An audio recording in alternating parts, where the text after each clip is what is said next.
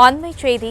சென்னை ஆயிரம் விளக்கு தொகுதியில் தாவிக்கு சார்பில் போட்டியிட்டு வென்ற ஜேசிடி பிரபாகருக்கு சபாநாயகர் பதவி வழங்கப்பட உள்ளதாக தற்பொழுது தகவல் வெளியாகியுள்ளது. விஜய் முதல்வராக பதவியேற்கும் நிலையில் துணை முதல்வர் பதவிக்கு ஆதவர்ஜுனா, புசி ஆனந்த் போட்டி என தற்பொழுது தகவல் கிடைத்துள்ளதை முக்கிய செய்தியாக பார்த்து வருகிறோம். இந்நிலையில் துணை முதல்வர் பதவிக்கு போட்டாபோட்டி நிலவி வருவதாகவும் தகவல் தெரிவிக்கப்பட்டுள்ளது. ஆதவர்ஜுனா விளையாட்டுத்துறையை கூடுதலாக கேட்பதாகவும், செங்கோட்டையன் பொதுப்பணித்துறையை கோருவதாகவும் தற்பொழுது தகவல் கிடைத்துள்ளதை முக்கிய செய்தியாக நாம் பார்த்து வருகிறோம். அது மட்டுமின்றி துணை முதல்வர் பதவிக்கு போட்டி தற்பொழுது நிலவி வருவதாக தெரிவிக்கப்பட்டுள்ளது. இந்து சமய அறநிலையத்துறை மற்றும் சிஎம்டிஏ ஆகியவற்றை புசி ஆனந்த் தற்பொழுது கோரியிருப்பதாகவும் தகவல் வெளியாகியுள்ளதை முக்கிய செய்தியாக நாம் பார்த்து வருகிறோம்.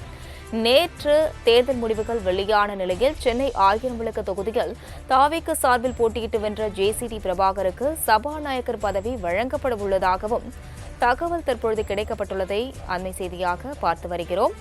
அது மட்டுமின்றி துணை முதல்வர் பதவிக்கு தற்பொழுது போட்டி நிலவி வருவதாகவும் தெரிவிக்கப்பட்டுள்ளது. விஜய் முதல்வராக பதவியேற்கும் நிலையில் துணை முதல்வர் பதவிக்கு ஆதவர்ஜுனா மற்றும் புசி ஆனந்த் தற்பொழுது போட்டு வருவதாக தகவல் தெரிவிக்கப்பட்டுள்ளது. இதுகுறித்த கூடுதல் விவரங்களை செய்தியாளர் நௌஷத் வழங்க கேட்கலாம். நௌஷத் வணக்கம். தற்பொழுது தாவேக ஜெயித்துள்ள நிலையில் துணை முதல்வர் பதவிக்கு போட்டி என்று தற்பொழுது தெரிவிக்கப்பட்டுள்ளது. என்ன விவரங்கள் சொல்லலாம்? வணக்கம் அஸ்வினி. தாவேகாவில் தலையெடுத்துள்ள இரண்டாம் கட்ட தலைவர் யார் என்ற தொடர் குழப்பத்தில் விஜய் இருக்கிறாரா என்ற ஒரு கேள்வி எழுந்திருக்கிறது. குறிப்பாக 108 இடங்கள் வெற்றி பெற்றிருக்கிறார். பெரும்பான்மையை நிரூபிக்க வேண்டும் என்ற சூழல் தாவேகா தள்ளப்பட்டிருக்கிறது. இது இருந்தாலும் கூட நாளை தாவேகா தலைவர் விஜய் செல்ல இருக்கிறார். இதற்கு ஆரம்பிக்க போவதாக கூட தகவல் வெளியே இருக்கிறது. இதனால் எந்தெந்த கூட்டணி கட்சியோட பேச்சுவார்த்தை நடத்த கேள்வி எழுந்த நிலையில முதல்வருக்கு அடுத்த இடத்தில் யார் இருப்பார் என்ற ஒரு கேள்வி இருந்திருக்கிறது. குறிப்பாக கடந்த திமுக ஆட்சி முதல்வராக உதயநிதி இருந்தார். அவருடன் சிறப்பு திட்ட செயலாக்கத்துறை இருந்தது. அப்படி பார்க்கும்பொழுது இந்த ஆட்சியின் கீழ் விஜய்க்கு கீழே அடுத்ததாக இருக்கக்கூடிய தலைவர் இரண்டாம் கட்ட தலைவராக யார் இருப்பார், துணை முதல்வர் பதவிக்கு யார் இருப்பார் என்ற கேள்வி அதுக்கு போட்டி தாவேகாவில் தற்சமயம் நடைபெறும் காட்சியை நீங்க பார்க்கலாம்.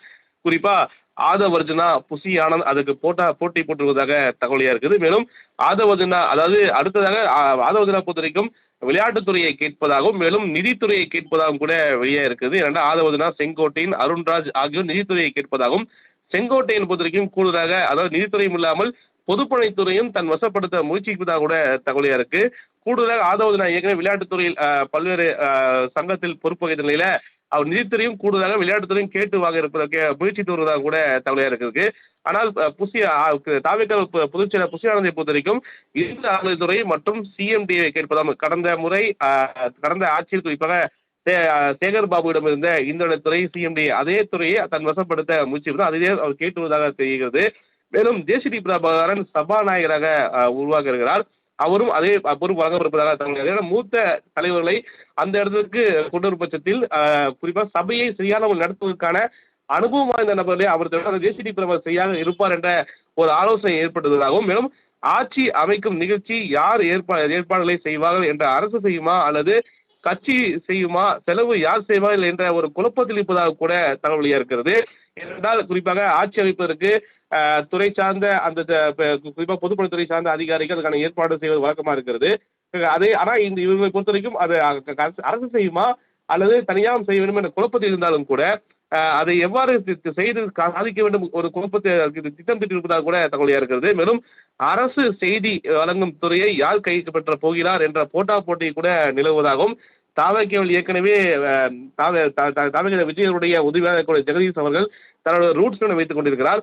அவர் அல்லது ஆதவர்ஜுனாவுடைய நிறுவனமாக வாய்ஸ் காமர்ஸ் இந்த இரண்டு நிறுவனத்தில் ஏதோ நிறுவனம் அதை கைப்பற்ற முற்படுவதாகவும் தகவல் வெளியாக இருக்கிறது. என்றால் அதன் மூலமாக பல்வேறு செய்திகளையும் பல்வேறு தகவலையும் அரசு சார்ந்த விளம்பரங்களை வெளிக்கொண்டது வழக்கமாக இருக்கு. குறிப்பாக அதைதான் கடந்த ஆட்சி காலத்தில் கூட பல்வேறு நிறுவனங்கள், தனியார் நிறுவனங்கள் அதை குறிப்பாக டெண்டர் எடுத்து அதை நிகழ்வை பண்ணது பார்க்க முடியுது. அதே போல இதை முழுவதுமாக தன்வசப்படுத்த இரண்டு போட்டி இருப்பதாக கூட தகவலியாக இருக்கிறது. இந்த இவ்வளவு நெருக்கடிக்கிடையில் தான் குறிப்பாக பதவியேற்பு நிகழ்ச்சி பெரிய எதிர்பார்ப்பும் ஏற்பட்டிருக்கு. யாரை இந்த பதவியேற்பு நிகழ்ச்சிக்கு அழைக்கப் போகிறார்கள்? ஏனென்றால் சினிமா பின்பொழுது வந்திருக்கக்கூடிய தாவேகா தலைவர் சினிமா துறை சார்ந்து மற்றும் மற்ற மாநிலத்திற்குரிய முதல்வர் தனக்கு முன்னோடியாக பல்வேறு தகவலை தெரிவித்திருக்கிறார். அந்த அளவில் யாரை குறிப்பாக சிறப்பு விருந்தினர் அழைக்கப் போகிறார்? நௌஷாத், இணைப்பில் வந்து கூடுதல் விவரங்கள் கொடுத்ததற்கு நன்றி.